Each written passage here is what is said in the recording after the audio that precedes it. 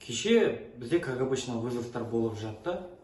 Одан кейін бізде түнгі 23:57-де примерно вызов түсті. Екінші квартал 30-шы домға. И біз жедел түрде бір 5 минут, 7 минуттың ішінде бардық. Екі фельдшер шығып кетеді. Одан кейін бір 5 минуттан кейін арада бір фельдшер шығады, старший фельдшер шығады.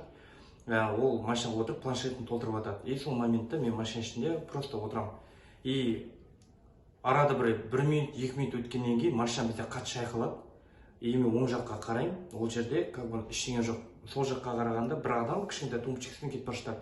Боқтанып ше, кәдімгі боқтап бара жатады. Мен түсінбеймін, не үшін кімді боқтап бара жатыр. И бір кезде мен тереземе келеді да, сен машина неге былай қойып тастағансың жолға дейді ше. Айтты, мен вызовқа келіп тұрмын ғой деп, ол дальше боқтап кетті. Мусорын тастады. И мен мән берген жоқпын оған ше. Біз пациентті күтіп отырмық. Бір момент қайттан келді де, қайттан боқтап бара жатыр ше.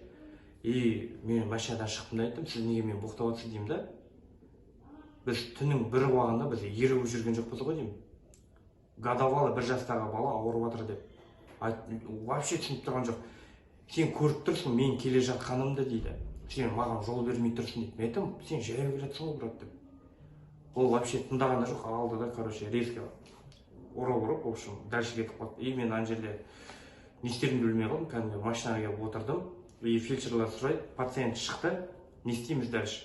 Бара аласың ба дейді. Мен бара алмаймын дедім. Өйткені көзім резко жамылып қалды, түк көрмей қалды. Басқа бригада шақырдық, артынан резко 102 келді.